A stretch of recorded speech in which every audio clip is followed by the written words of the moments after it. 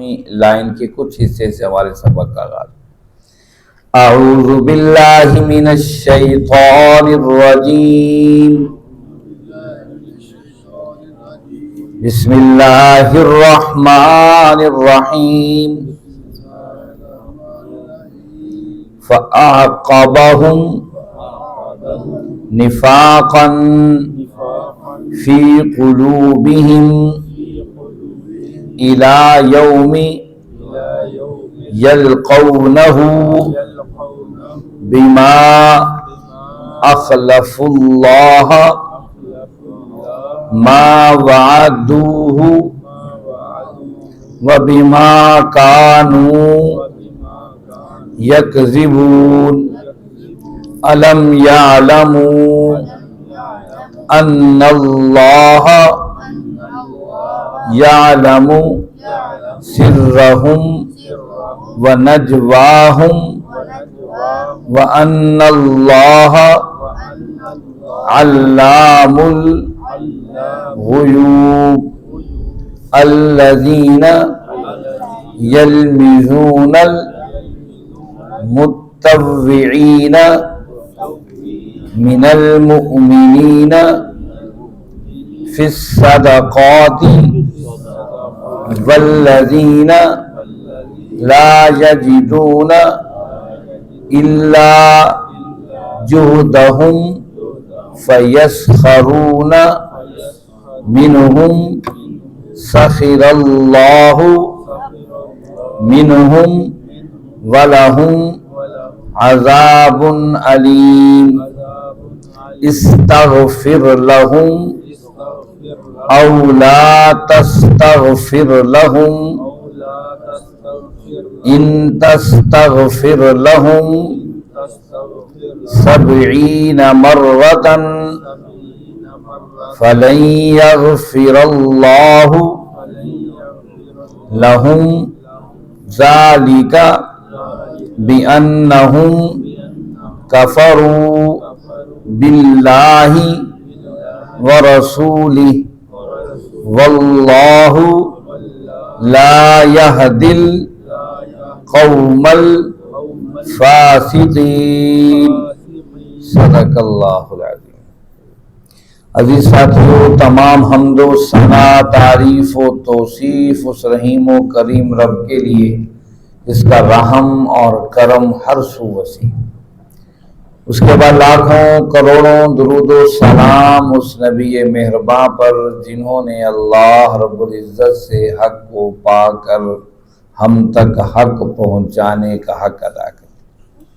عزیز ساتھیو، 10واں پارہ ہے، سورۃ التوبہ ہے، اور سورۃ توبہ کی ہم نے 76 آیات پڑھ لی۔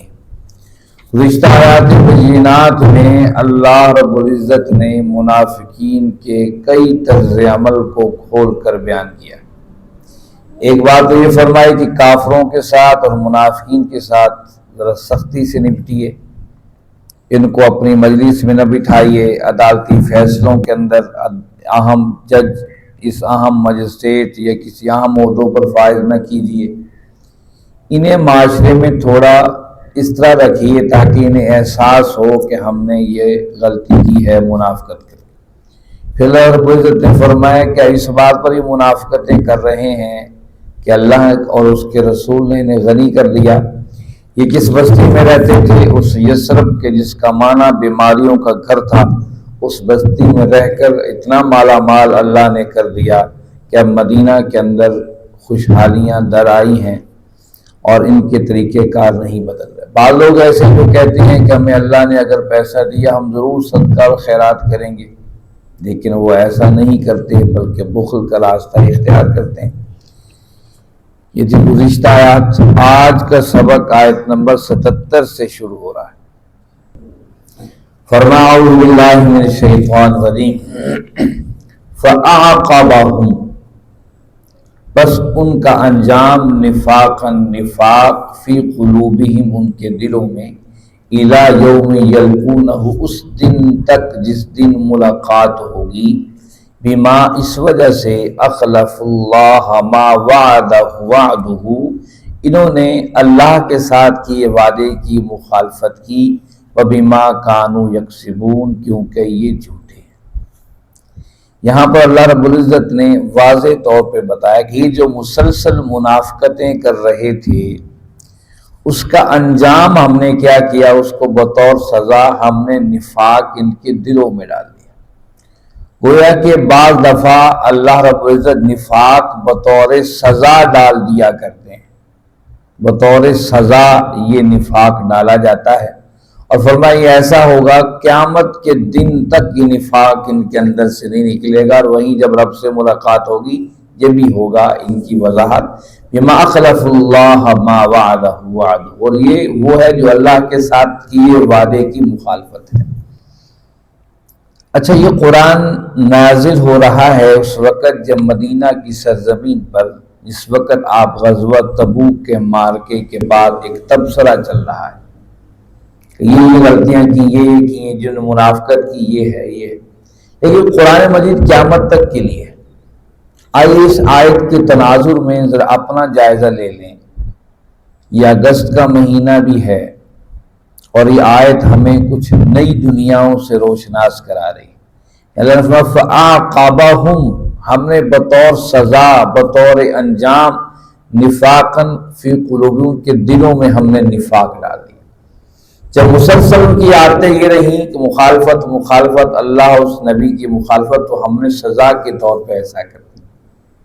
ابھی میں کسی بچے سے پوچھوں کہ پاکستان کا مطلب کیا، فوراً بغیر سوچے سمجھے اس کے منہ سے نکلے گا لا الہ الا اللہ۔ یہ کوئی معمولی بات نہیں تھی، یہ بہت بڑا اعلان تھا، یہ بہت بڑا اعلان تھا، اور اس اعلان کو اللہ نے ہر بچے، بڑے بوڑھے، مرد عورت کی زبان سے تکراراً منہ سے نکال لیا، اور پورے ہندوستان کے اندر ایک ہلچل مچ گئی کہ پاکستان کا مطلب کہ ہم جس ملک کا وجود چاہتے ہیں اس کی بنیاد لا الہ الا اللہ ہے۔ اس بنیاد پر اہل ایمان کھڑے ہوئے اور ایک حصہ علیحدہ کر دیا، جو ہم تک نہ پہنچ سکے ان میں سے بھی اکثریت نے ہمارے حق میں ووٹ دیا۔ ہاں، ہم تو نہیں پہنچ سکتے، لیکن یہ ہمارا ووٹ انہی کے حق کے اندر ہے جو اس ملک میں اپنا علیحدہ حصہ لا الہ الا اللہ کا نظام چاہتے ہیں۔ ہم نے بہت بڑی بات کر دی تھی، لیکن جب پاکستان بننے کے بعد ہم اس پر عمل نہ کر سکے، اللہ نے وہ مرض نفاق کا ہمارے دلوں میں کیسے ڈالا۔ یا اللہ کہنے فَأَعْقَابَهُمْ نِفَاقًا، پھر بطور سزا ہم منافقت ان کے دلوں میں ڈال دیتے ہیں۔ پہلی منافقت کیا ہوئی جو اس قوم کے اندر پیدا ہوئی؟ وہ عصبیت تھی، بریلویت، دیوبندیت، اہل حدیثیت، شیعت، سنیت پر یہ قوم بٹ گئی۔ اس کے بعد پھر پنجابی، سندھی، بلوچی اور پختون کے نام پر یہ قوم کٹنے مرنے لگ گئی۔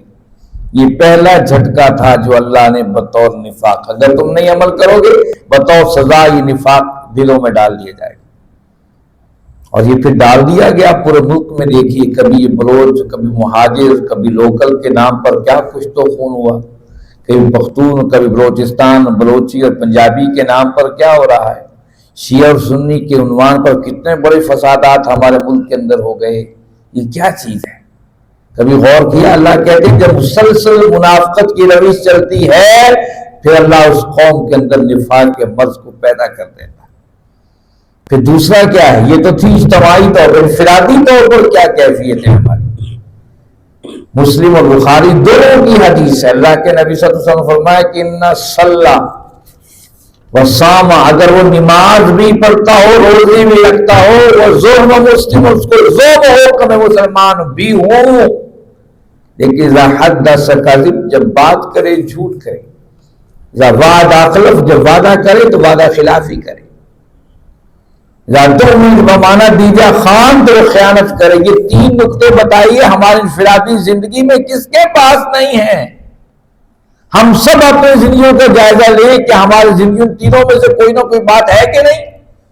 یہ تین علامتیں منافق کی بتائی، فرمایا اس بات پر وہ یقین رکھتا ہو کہ مسلمان نمازی بھی ہوں، روزے دار بھی ہوں، زوم مسلم، مسلمان ہونے کا زوم بھی ہو، اگر یہ تین باتیں اس کے اندر موجود ہیں، جب بات کرے تو جھوٹ کہے، جب امانت دی جائے تو اس میں خیانت کرے، جب وعدہ کیا جائے کرے تو وعدہ خلافی کرے. یہ تین باتیں اس کے اندر موجود ہو، وہ منافق ہے. یہ تین بنیادی باتیں بتائیں. ذرا ہم اپنا جائزہ لیں اور معاشرے کا جائزہ لیں کہ یہ تینوں باتیں ہر دوسرے شخص کے اندر نہیں پائی جاتی. دوسرے شخص کے ہر شخص کے اندر کوئی نہ کوئی ان باتوں میں سے ایک بات ضرور پائی جاتی. فَأَعْقَابَهُمْ نِفَاقًا فِي قُلُوبِهِمْ، یہ دوسری سزا ہے. اللہ نے ان کے دلوں کے اندر ہم نے نفاق ڈال دیا ہے، کیونکہ وہ بنیاد اس پر وعدہ کیا گیا تھا اس وعدے کو پورا نہیں نبھایا. پاکستان کا مطلب کیا؟ لا الہ الا اللہ. تیسری منافقت آپ اور ہم نے کیا کی ہے؟ وہ آئین پاکستان ہے، وہ پاکستان کا آئین ہے. ہمیشہ آئین و دستور کسی ملک کی بنیاد ہوا کرتی ہے. پورا ملک کا نظام اس آئین و دستور پر کھڑا ہوتا ہے، اور پاکستان کے آئین میں یہ بات درج ہے اور واضح یہ بات دو ٹوک موجود ہے، اس ملک کا کوئی بھی دستور قرآن و سنت کے خلاف نہیں بنے گا، کوئی بھی قانون قرآن و سنت کے خلاف نہیں بنے گا. لیکن بتائیے کہ آج ہمارے نظام کے اندر، ہمارے عدالتی نظام میں، ہمارے مالی نظام میں اسلامی نظریاتی کونسل موجود ہے. اسلامی نظریاتی کونسل موجود ہے، بنا دی گئی کہ یہ ایک اسلامی شکیں جہاں پر حکومت یا گورنمنٹ یا پارلیمنٹ گریٹرن لے گی، اسلامی نظریاتی کونسل کے اندر بیٹھے علماء اور بہترین دماغ ہمیں صحیح راستے پر لے جائیں گے. اسلامی نظریاتی کونسل موجود ہے، اس کی سفارشات موجود ہیں، ہر موقع پر وہ اپنے بات کو واضح کرتی ہے. لیکن اس کے امپلیمنٹ کس میں ہوتا ہے؟ کس اسمبلی میں ہوتا ہے؟ کس سینٹ میں ہوتا ہے؟ کیا ہم نے آئین کے ساتھ منافقت نہیں کی ہے؟ پھر اسی پر بستے ہماری وفاقی شرعی عدالتیں موجود ہیں. اس اسلامی ریاست کے اندر ہم نے طے کیا تھا کہ اس آئین کے اندر ہماری شرعی کورٹ ہوں گی، اس وفاقی شرعی عدالتیں موجود ہیں. لیکن وہ سود کو کالعدم کب سے قرار دے رہی کہ سود حرام ہے، حرام ہے، حرام ہے. کیا ہمارے حکمرانوں اسمبلی میں کہیں اس پر جو رینگتی ہے؟ یہ وہ ہے فَأَعْقَابَهُمْ نِفَاقًا فِي قُلُوبِهِمْ. ہم نے قرآن کھول کے پڑھا ہی نہیں ہے، ہم اس سے دور بھاگے ہوئے ہیں. اور قرآن کی میٹھی میٹھی باتیں ہمیں قابل قبول ہیں، جو ہماری انسانی زندگی کا دستور اللہ کی کتاب دے رہی ہے، اس سے ہم بالکل ایک طرف ہو کر بیٹھے ہوئے. اللہ نے کہا جو مسلسل منافقت چلتی ہے، پھر ہم بطور سزا وہ نفاق ان کے دلوں میں ڈال دیتے ہیں. جو ہم نے سب سے بڑا وعدہ کیا تھا پاکستان کا مطلب کیا؟ لا الہ الا اللہ. ہم ایسا خطہ جاتے ہیں جہاں پر تیرا نظام ہوگا، تیرا قانون ہوگا، تیری عدالتیں ہوں گی، اس کی بستی اور محلے تیری محبت سے سرشار ہوں گے، اس کی مساجد اور اس کے بازار تیری رضا کے ساتھ جڑے ہوں گے. بتائیے آج کہیں پر کچھ نظر آتا ہے؟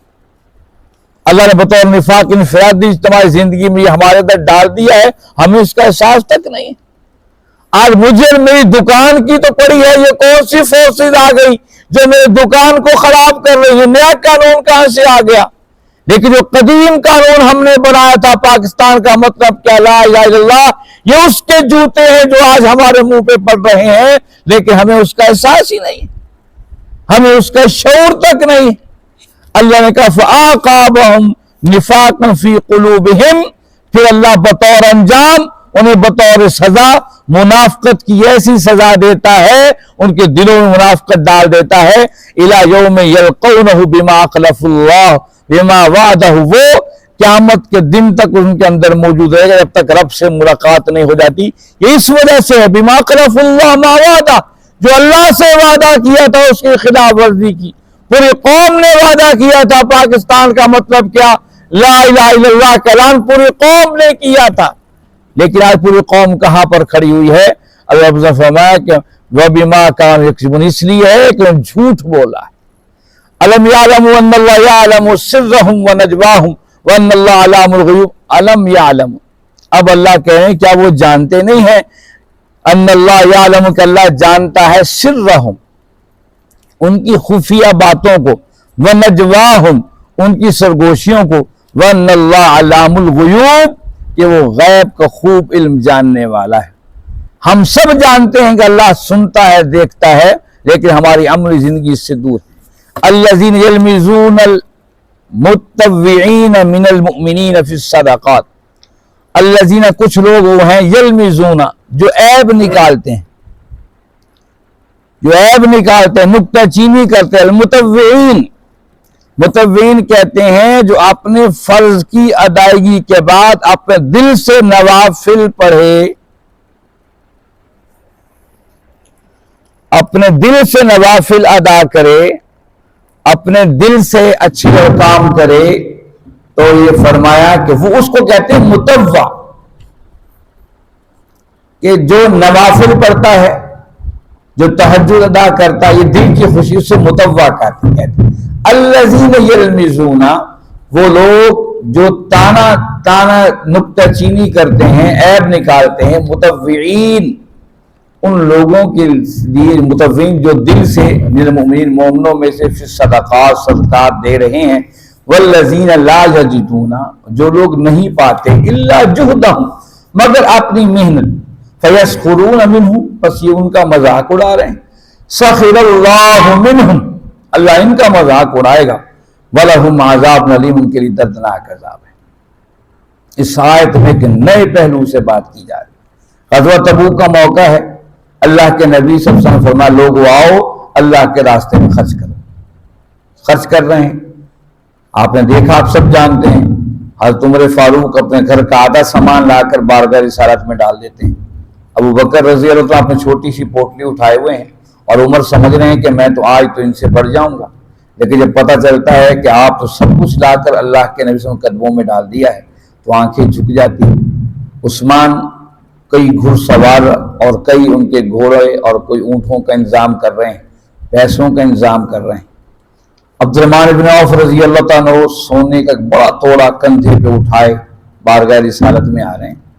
منافقین یہ سارا منظر دیکھ رہے ہیں.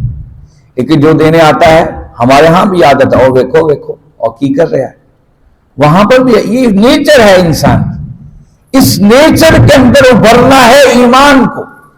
منافق بھی بیٹھے اس منظر کو دیکھ کے لو جی یہ تو صرف دکھاوا ہے، جو ساری اپنی آدھی دولت لے کر آ رہا ہے، ساری دولت لے کر آ رہا ہے، یہ تو دکھاوا کر رہے ہیں جی، ہم تو آپ کے بڑے وفادار ہیں.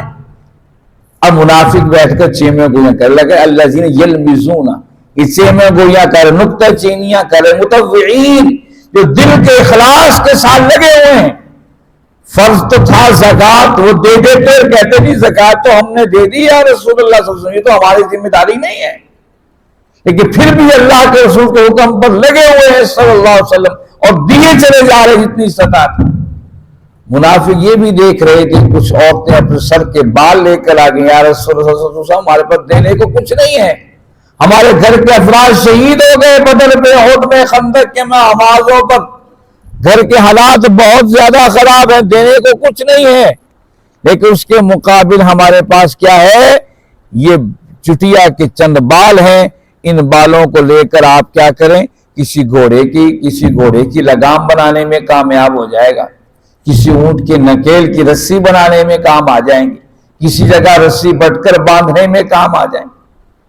انہی کے اندر ایک عجیب واقعہ یہ ہوا کہ حضرت عقیل رضی اللہ تعالیٰ عنہ جب یہ بات سنتے ہیں، ان کے پاس دینے کچھ نہیں تھا، اوپر اوڑھنے تک کی چادر نہیں تھی. اس حالات کے اندر وہ کیا کرتے ہیں؟ وہ کہتے ہیں یہودی کے دروازے پر آتے ہیں، کہتے ہیں یہودی اللہ کے نبی صلی اللہ علیہ وسلم نے مانگا ہے اور میرے پاس دینے کچھ نہیں ہے سوائے اپنی محنت اور مزدوری کے. کوئی مزدوری ہے تو مجھ سے لے لو. کہا میرے کھیتوں میں پانی دو. کھیتوں میں پانی ہماری طرح نہیں لگانا تھا کہ جناب ٹیوب ویل چلا دیا اور موٹر چلا دی اور پانی چلتا چلا جا رہا ہے، اس طرح نہیں تھا، بلکہ کنویں سے بالٹی بھر بھر کر پانی نکال کر کھیتوں کو سیراب کرنا تھا. معمولی کام نہیں تھا. اور یہ سیراب کر رہے ہیں، ہاتھوں میں گٹھے پڑ گئے ہیں. اس کے جواب میں یہودی کو پتا ہے اسے صبح جا کر پیسے کس کو دے رہے ہیں؟ اللہ کے نبی صلی اللہ علیہ وسلم کو. کہا میرے پیسے نہیں دینے، تھوڑی ایک مٹھی پر کھجوریں دینے. کہا مجھے وہی منظور ہے، کل میں پیچھے نہ رہ جاؤں، کہ منافقوں کی صف کے اندر میرا نام نہ آ جائے. اور پھر ساری رات وہ محنت کر رہے ہیں، مشقت کر رہے ہیں، صبح سے آدھی کھجوریں جو ملی آدھی کھجوریں لا کر گھر بچوں کو دی کہ چلو آج کا دن تو گزارا کرو، آدھی کھجوریں بارگاہ رسالت میں لا کر رکھ دی. اور اللہ کے نبی صلی اللہ علیہ وسلم نے ارشاد فرمایا کہ ان کھجوروں کو سب کے اوپر بکھیر دو.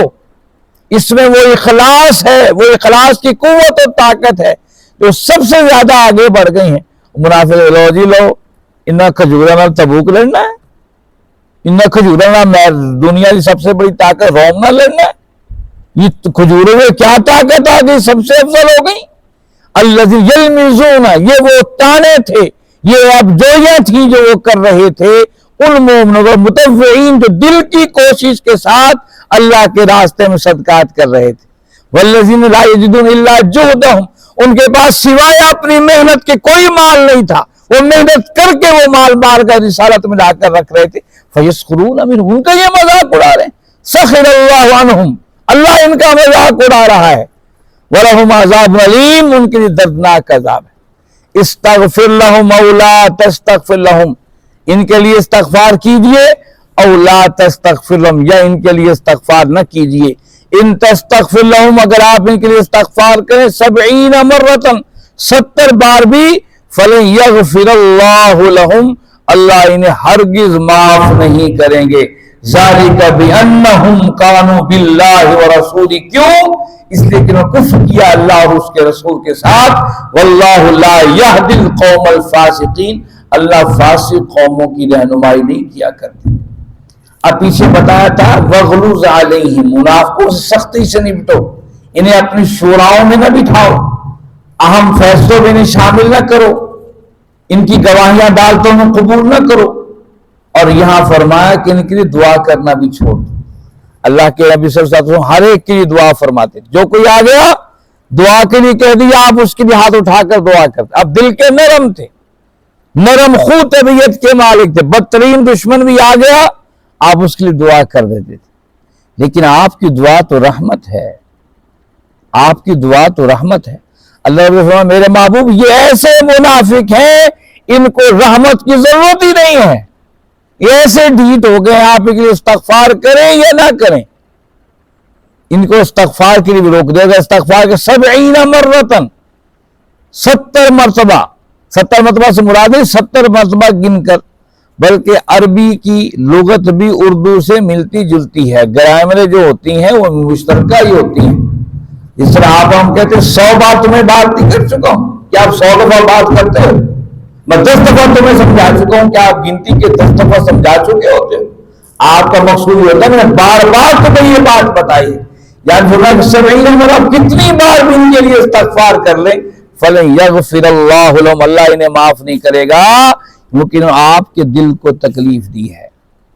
ذالک بانہم کفروا باللہ ورسولہ، اس لیے ہے کہ اللہ اور اس کے رسول کے ساتھ کفر کیا ہے ان ظالموں نے.